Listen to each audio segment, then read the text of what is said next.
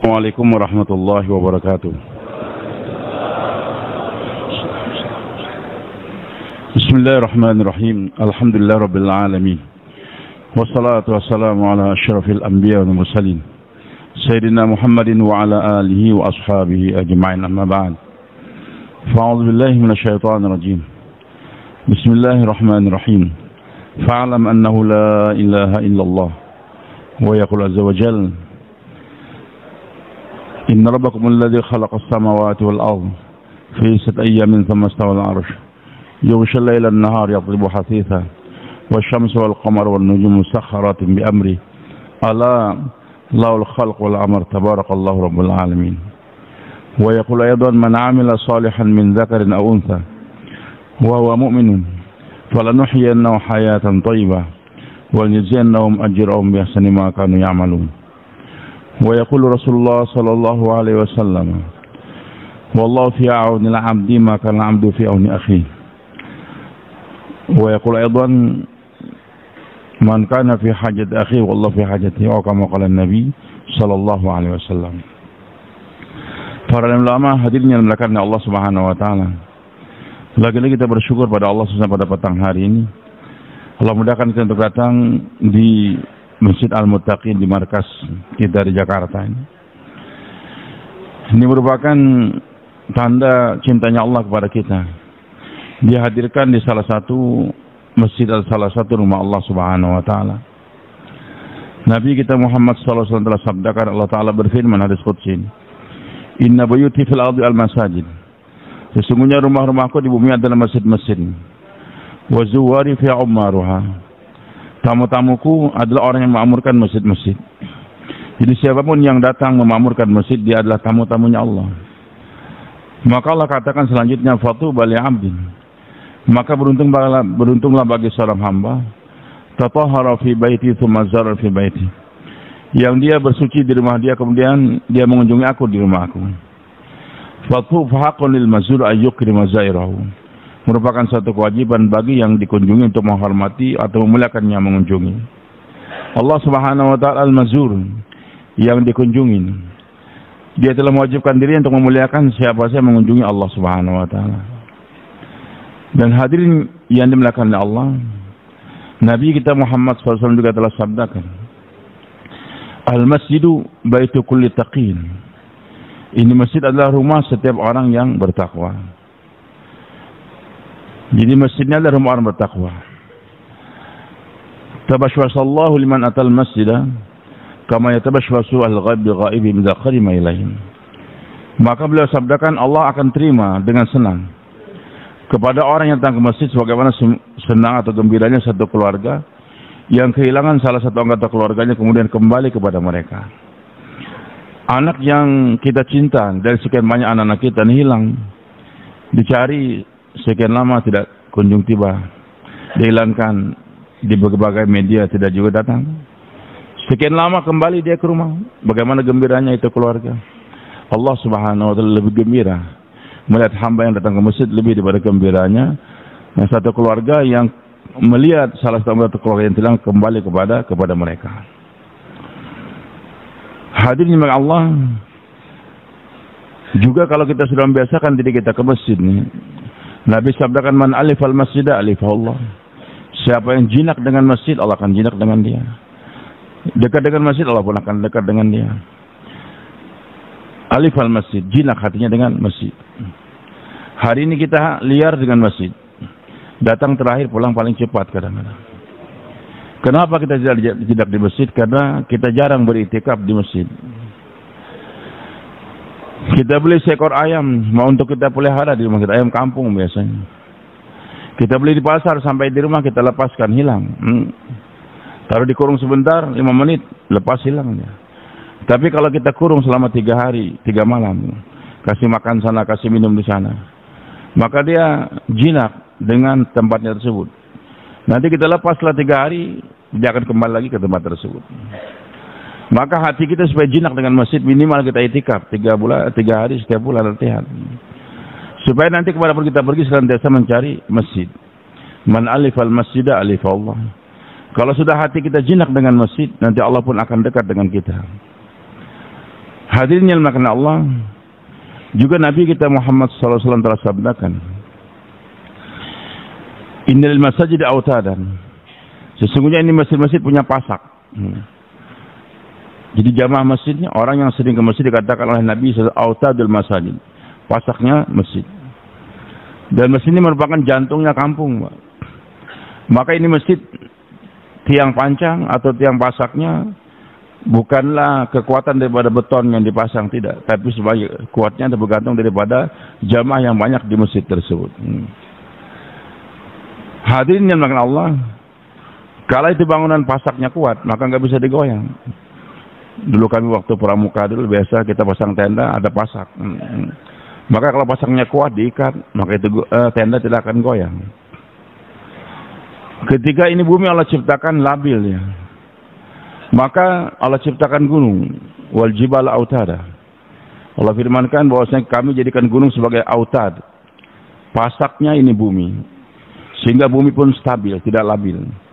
Sehingga malaikat heran bertanya, Allah, apakah ada hambamu, apakah ada makhlukmu yang lebih kuat daripada gunung? Jadi begitu hebatnya itu gunung, Pak, yang menjadi pasak sehingga bumi jadi stabil, tidak labil lagi. Ketika saya dulu di Mesir, sambil kuliah kita menghafal Quran di masjid. Imam masjid tempat saya tinggal Al-Fatah, Masjid Al-Fatah namanya. Itu imamnya doktor ya. Doktor ilmu geologi di Ain Shams University. Dia doktor dalam ilmu geologi, juga hafiz Quran, masya Allah. Dan saya perhatikan kalau beliau mengimami salat beliau Ramadan jarang salah. Saya mengaji dengan beliau. Beliau katakan ini Allah katakan dalam Al-Quran wal jibala autada. Gunung itu merupakan pasak daripada ini bumi. Beliau katakan pasak itu apa? Di dalamnya lebih kurang 2/3, di luarnya 1/3. Jadi kalau gunung itu tingginya 4 km, puncak Himalaya berapa? Gunung Himalaya. Nah, ada yang mengatakan 4.000, ada yang mengatakan 6.000, ada yang 7.000. Anggaplah 8.000. Berarti di bawahnya 16.000.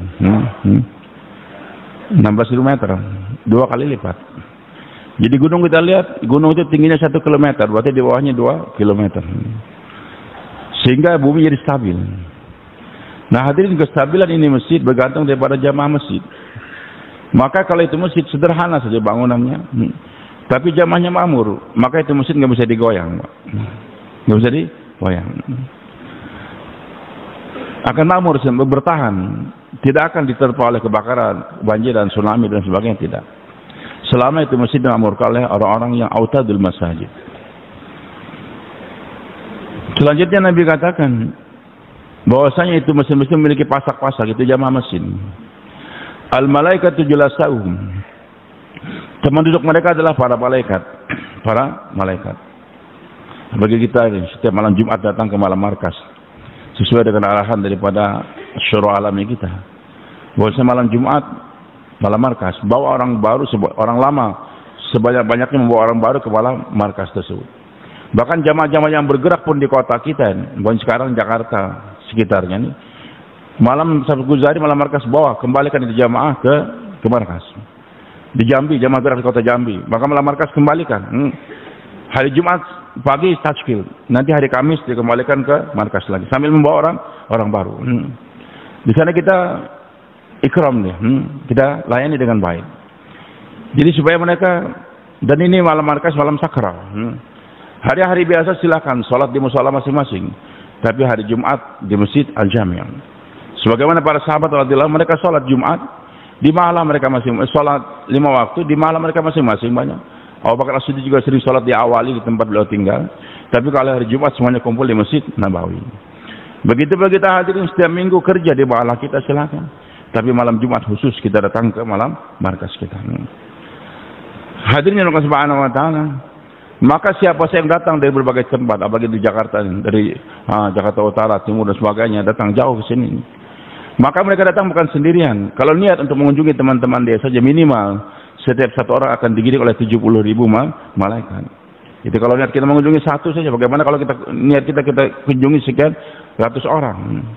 Maka setiap kita ini minimal ditemani 70 malaikat dan duduk kita di masjid tadi. Al malaikat itu jelas teman duduk mereka adalah para malaikat. Dan Nabi SAW juga sabdakan al-maru ala dini khalili. Orang itu bergantung daripada agama temannya. Falyanzur ahadukum man yukhalil, maka dia perhatikan siapa yang dia temani. Jadi kalau ingin tahu kepribadian seorang, tanya siapa temannya. Siapa temannya? Maka seorang penyair mengatakan al-mar'i la tas'al was'alan qarini. Kalau ingin tahu seorang jangan tanya itu orang, tanya temannya siapa. Siapa? Teman. Karena hadirin orang itu akan terimbas dalam kehidupan dia kepada temannya tersebut. Maka Nabi katakan, hendaklah kamu tanyakan siapa yang kamu temani.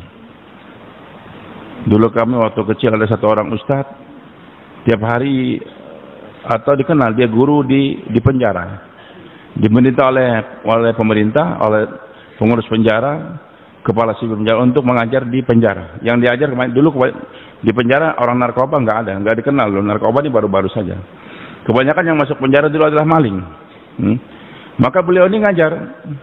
Setiap minggu ke penjara, hampir tiap hari dia ngajar maling-maling di penjara. Maka kalau beliau lewat dikenal itu guru maling. Dikatakan guru maling. Padahal dia bagus ngajar maling. Cuman kan yang diajar tiap hari maling, maka dikenal sebagai guru maling. Hadirin Allah. Jadi bergantung kepada orang yang dia temani, begitulah nanti kemudian seorang akan terimbas. Nah kalau biasa kita duduk bersama dengan itu malaikat, dikatakan itu temannya malaikat, temannya para jalisul malaikat, teman duduk malaikat. Nanti hadirin dengan kita rajin memakmurkan masjid 5 kali sehari semalam. Maka bahkan ciri orang beriman, dia memakmurkan minimal 3 masjid. Berapa masjid? 3 masjid. Dalam Al-Quran Allah katakan innama ya'muru masajid Allah man amana billah. Hanya orang yang memakmurkan masjid-masjid Allah, itulah orang yang beriman kepada Allah di hari kemudian. Jadi dikatakan innama ya'muru masajid Allah, al-hasr. Hanya orang yang memakmurkan masjid-masjid Allah. Masjid ini jama' minimal 3. Nah, kalau 1 mufrad, 2 musanna, kalau jama' 3. Hadim Allah. Jadi dalam kehidupan ini usahakan saya itu harus punya target minimal memakmurkan 3 masjid. Nabi kita Muhammad SAW memakmurkan Masjidil Haram. Hijrah ke Madinah, sebelumnya ke Masjid Aqsa. Subhanallazi asra bi 'abdi lailan minal masjidil haram minal masjidil aqsa alladzi barakna hawlahu. 3 masjid yang dimakmurkan oleh Nabi kita Muhammad SAW. Dan 3 masjid ini fadilahnya beliau jelaskan. Salat di Masjidil Haram 100.000, salat di Masjid Nabawi 1.000, ada yang mengatakan 50.000 riwayat yang kedua. Di Masjidil Aqsa 500 kali salat. Jadi sama kita juga jangan ngendap satu masjid saja. Kamu jamaah mana? Masjid Ar-Rahman. Masjid yang lain enggak? Saya Ar-Rahman saja. Jangan. Usahakan dalam kehidupannya kita harus memakmurkan berapa? 3 masjid. Supaya wawasan berpikir kita semakin kuat. Masjid kita sederhana saja. Kita pergi ke masjid yang kedua ternyata lebih makmur, sehingga kita semangat untuk memakmurkan masjid kita lagi. Pergi masjid yang ketiga ternyata kasihan sedikit orang yang sholat, maka timbul rasa kerisauan. Hadirin Allah Subhanahu wa taala. Maka kalau kita biasa memakmurkan masjid, teman duduk kita adalah malaikat. Nanti 2 sifat itu malaikat pasti akan terimbas dalam kehidupan kita. Apa 2 sifat malaikat Allah katakan dalam Al-Quran? La ya'sunallaha ma amarhum wa yaf'aluna ma yu'mar. Jadi malaikat enggak pernah berbuat maksiat dan selalu taat. Jadi hilangnya kecondongan untuk berbuat maksiat dan semangatnya untuk taat kalau kita rajin di masjid.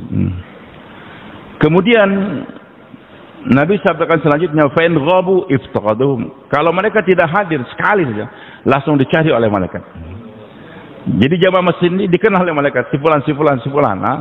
Enggak hadir sekali langsung dicari.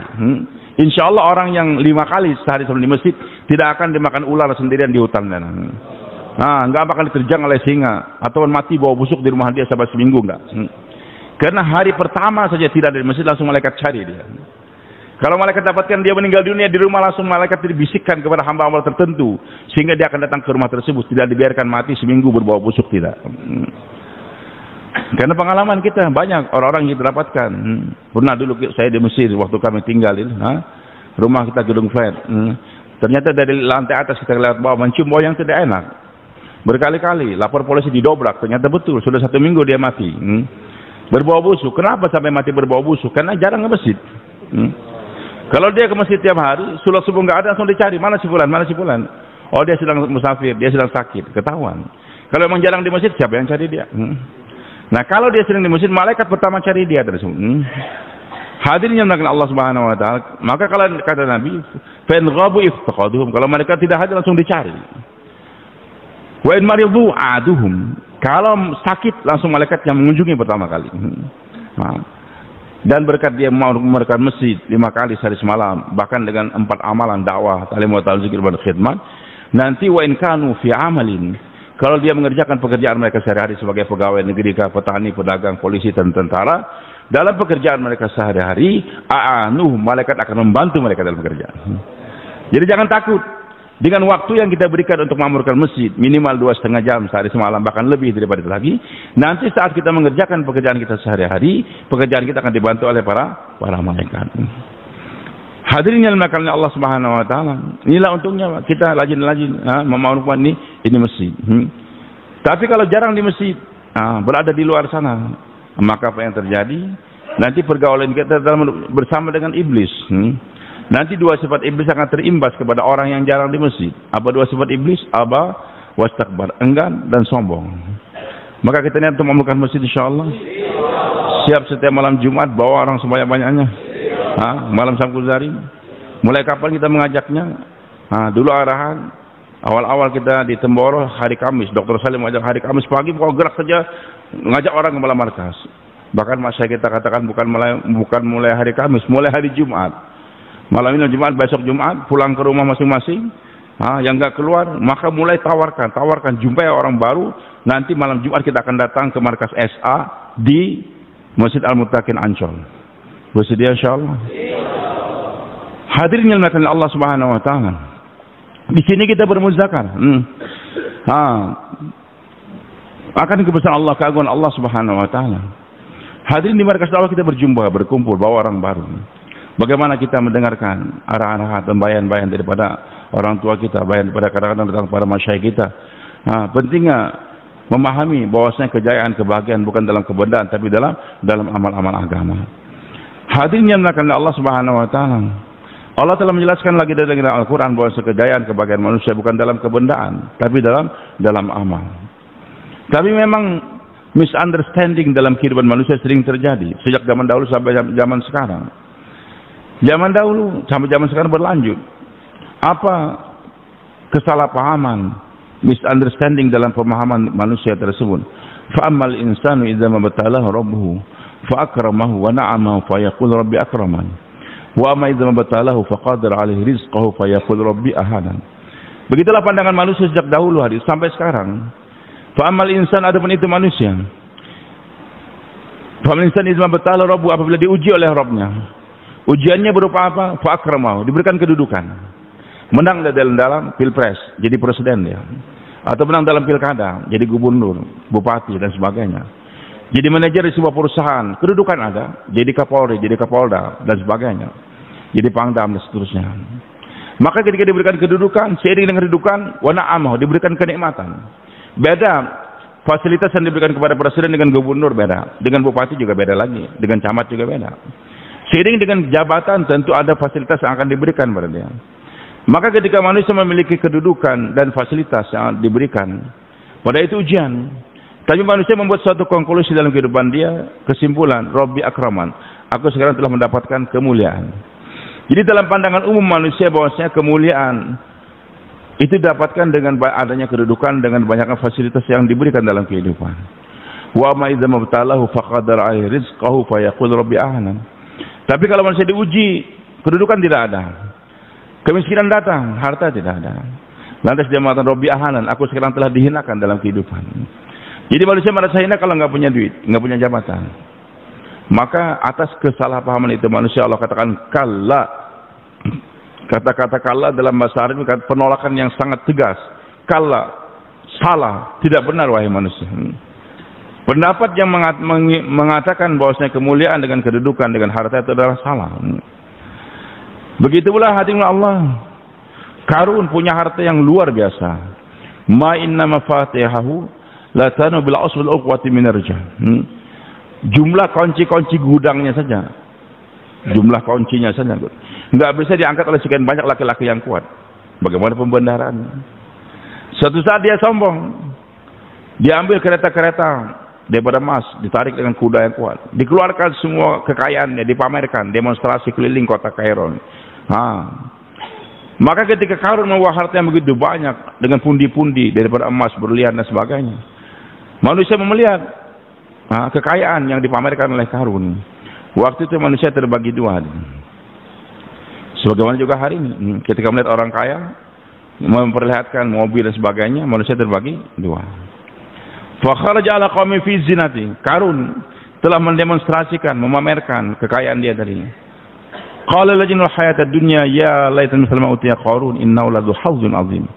Berkatalah orang yang di hati ada keinginan untuk mendapatkan dunia, ya laitan mislama utiya Qarun. Alangkah baiknya kita dapat harta seperti Qarun. Kita ingin mudah-mudahan dapat harta Qarun gitu. Ya Qarun sini berangan-angan begitu. Mudah-mudahan dapat harta Qarun. Dan ini Allah sudah cantumkan dalam Al-Qur'an. Ketika melihat kekayaan Qarun, semua orang punya berangan-angan ingin punya harta Qarun. Lihat orang punya mobil Mercedes, enak juga kalau punya mobil Mercedes. Punya ini enak juga begitu. Kenapa waktu itu masyarakat ingin harta seperti Qarun? Ya laitana mislama utiya Qarun innahu ladzu hazzin azim. Karena dalam pandangan masyarakat waktu itu, Qarun memiliki nasib yang paling baik. Jadi nasib yang baik atau kedudukan dalam masyarakat yang mulia waktu itu adalah ketika memiliki harta seperti Qarun. Tapi dalam pihak yang lain, wa qalla jinautul ilma, maka berkatalah orang yang diberikan kepahaman yang benar oleh Allah, diberikan ilmu oleh Allah. Ilmunya bukan cuma bagaimana cara sholat, puasa, zakat dan haji, itu juga perlu ilmu. Bagaimana cara sholat, bagaimana cara haji, bagaimana cara berpuasa, juga ilmu. Tapi ilmu yang lain lagi adalah wa qalla jinautul ilma, maka berkata orang yang diberikan kepahaman oleh Allah Subhanahu wa taala, kepahaman akan hakikat yang sebenarnya daripada kehidupan itu apa? Wailakum, salah kalian, celaka kalian. Jadi kalian mengatakan bahwa Qarun orang yang paling hebat di dunia itu adalah salah. Yang benar itu apa? Thawabullahu khairun liman amana wa amila sholihan. Pahala yang Allah berikan bagi mereka yang beriman dan beramal soleh. Itu thawabullahu khairun. Pahala yang Allah berikan itu lebih baik. Liman amana wa amila sholihan. Lebih baik daripada harta Qarun bagi orang beriman dan beramal soleh. Jadi ganjaran daripada iman dan amal lebih hebat daripada harta Qarun semuanya. Tapi mereka katakan wala yulaqqaha illa sabirun. Tapi nggak bisa ngomong kayak begini kecuali orang yang sabar. Sabar kalau kita nggak makan itu biasa, Pak. Makanan nggak ada, semua sabar itu biasa. Tapi kita diundang makan 5 orang, kasih semua dada ayam. Kita kebagian cekernya saja. Atau terlambat dia dikasih. Kata tuan rumah, fadlu silakan makan. Kita nggak kebagian, tunggu dulu, pesan dulu. Maka bersabar lihat orang yang lapar nikmat itu berat. Kalau sama-sama nggak punya kenikmatan, ya enak saja bersabar. Tapi ketika melihat orang lain dapat nikmat dan kita tidak terkesan dengan harta orang, itu sabar yang luar biasa. Wala yulaqqaha illa as-sabirun. Sabar, nggak terkesan dengan kekayaan orang lain. Hadirin yang Allah. Maka tadi orang yang diberikan kepahaman yang benar oleh Allah mengatakan wailakum, salah kalian, salah kalian. Begitulah dalam ayat yang lain Allah firmankan wailul likulli humazatin lumazah. Celaka di dunia dan neraka wail di akhirat bagi likulli humazatin lumazah. Bagi orang yang suka mengolok-olok, mencibir. Datang para nabi dia olok-olok, tentang agama dia hinakan. Tidak serius, tidak memahami kehidupan yang arti kehidupan yang sebenarnya. Maka yang Allah katakan humazatil lumazah itu siapa? Alladzi jama'a amalan wa'adada. Orang yang kehidupannya hanya diisi jamaah malan, mengumpulkan harta, wa'adada menghitungnya. Siang hari sibuk mengumpulkan harta, malam hari sibuk menghitungnya. Saya tidak katakan mencari harta itu salah, tidak. Menghitung harta itu tidak salah. Tetapi yang salah apa? Allah katakan dalam Al-Quran, kegiatannya orang yang humazatil jama'a amalan wa'adadahu. Yang salah ini, yahsabu anna malahu akhlaq. Dia meyakini bahwa harta yang membuat dia berprestise, harta yang membuat dia bergengsi di dunia. Jadi hari Allah, dia sibuk untuk mencari harta di dunia siang hari, dia hitung malam hari, karena dia yakin bahwa harta membuat dia kekal di dunia ini, akan dikenang senantiasa. Ya sebenarnya atas kesalahpahaman itu manusia juga Allah katakan kalla, sama sekali tidak benar. Hadirin yang Allah, harta tidak salah. Yang salah itu meyakini bahwasanya harta yang akan membahagiakan dalam kehidupan tersebut.